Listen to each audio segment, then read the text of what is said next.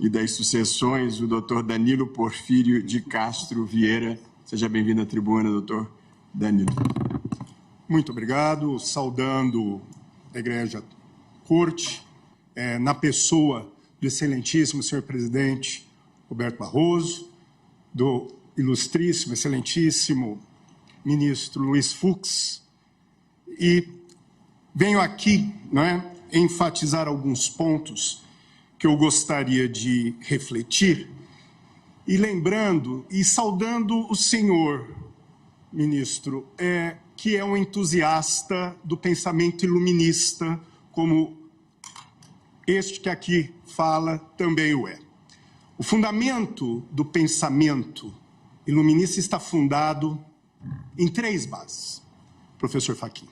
A emancipação de homens, indivíduos, coletividades, a pluralidade, ministro Fux, nos espaços públicos, o que garante inclusão e direito à diversidade e secularidade nas tomadas de decisão. Aqui eu estou falando de razão pública, ministra Carmen Lúcia. Aqui eu estou falando da construção dos espaços públicos. E secularidade não bane religiosidade. Inclui o exercício plural da liberdade religiosa. Nessas pontuações, ministro Fachin, eu quero deixar claro que o acórdão recorrido versou somente sobre a aplicabilidade dos requisitos temporais do artigo 226, ministro Zanin, do parágrafo 6º da Constituição Federal, e sua obrigatoriedade à decretação do divórcio. Foi o ministro relator que ampliou a temática, trazendo em análise a autonomia e a constitucionalidade a serem discutidas da manutenção do Instituto da Separação como uma entidade, um instituto jurídico autônomo. A ADEFAS, a Associação de Direito de Família e Sucessão, como amicus curiae, considera que auto-aplicável e de eficácia imediata o artigo 226, de modo que não se aplicam mais os requisitos temporais de 1 ano de separação judicial e 2 anos de separação de fato para a decretação do divórcio. Mas defende a autonomia e a constitucionalidade do Instituto da Separação. A nossa tese está na proteção da dignidade, mas na dignidade enquanto princípio fim da autonomia, da liberdade, da integridade física e moral. Eu estou falando, ministro, do exercício existencial autêntico. A palavra aqui é eu sou. Eu sou uma construção da minha própria vontade. Eu sou uma construção do meu pertencimento cultural. Eu sou a minha coletividade. Eu sou a minha fé.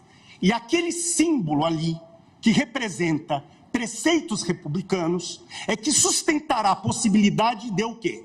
De eu sustentar ou segurar aquele símbolo acima, e todo e qualquer símbolo religioso. Porque eu sou, ministro, a minha fé também. Eu sou a minha fé também. Então aqui eu quero dizer que a dignidade estaria fundamentada na liberdade religiosa, na preservação do meu direito de crença e no meu direito de liberdade religiosa, garantidos efetivamente no artigo 5º, inciso 6º e 8º da Constituição Federal. Existem cidadãos brasileiros que professam fé, 50% de católicos, 31% de evangélicos, que não acreditam na ideia da dissolução do vínculo conjugal. E isso não é uma questão meramente eclesiástica. Eu sou um cidadão. Nós temos que tirar da cabeça, ministro Barroso, que a identidade é algo fragmentado. É unidade e pluralidade. É um preceito mosaico. Eu sou tudo.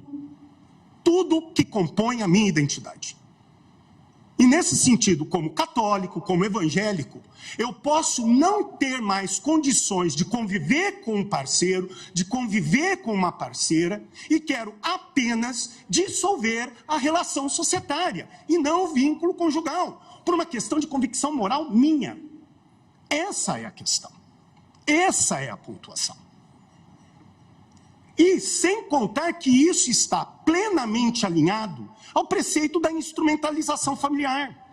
A família enquanto meio para a dignidade da pessoa, não como fim em si.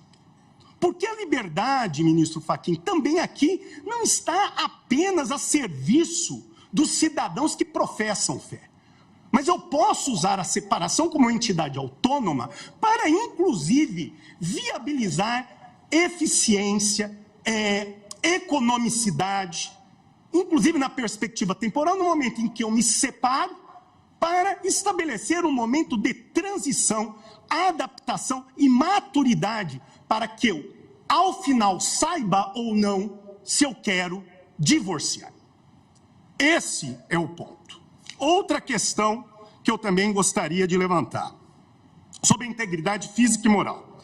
Nas disposições legais sobre o Código Civil, sobre a separação judicial, que estão estabelecidas as consequências sancionatórias do cumprimento dos deveres conjugais, artigos 1578, 1704, essas regras somente não foram inseridas pelo Código Civil no divórcio, porque aquele diploma legal entrou em vigor quando o divórcio era constitucionalmente conversível e não direto. Assim, a corrente que pretende a supressão da separação quer a eliminação das consequências sancionatórias do descumprimento, deveres conjugais, transformando-os em meras recomendações.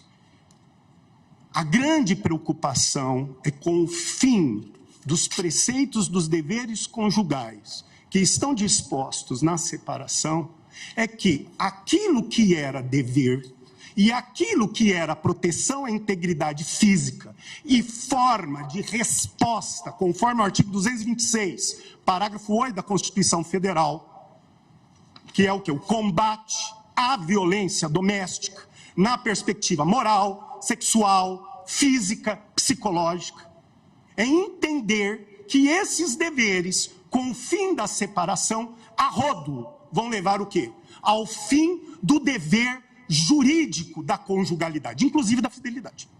Eu não estou discutindo aqui culpa.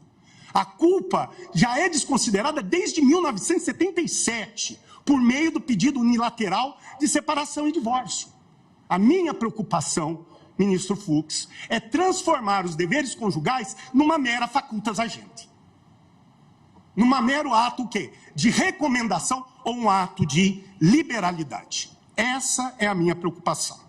Portanto, para finalizarmos, deixa-se claro, portanto, que a Defasa é a favor da desjudicialização e facilitação do divórcio, mas não abre mão da proteção dos direitos fundamentais e direitos de personalidade, dos deveres conjugais. O juízo deve reconhecer a sua capacidade criativa no direito, ministro Barroso, dentro de um prisma semântico, em respostas diretrizes constitucionais.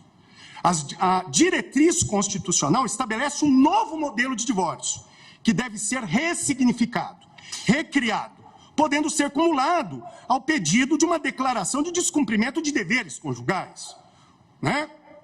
Como estão o quê? No rol de espécies dissolutórias da separação. E, inclusive, lembrar que no CPC, ministro Fux, na redação original houve a previsão da separação, tentou-se retirar e depois de muito debate, muita discussão, ele foi perseverado, foi mantido no quê? Na Carta Processual Civil.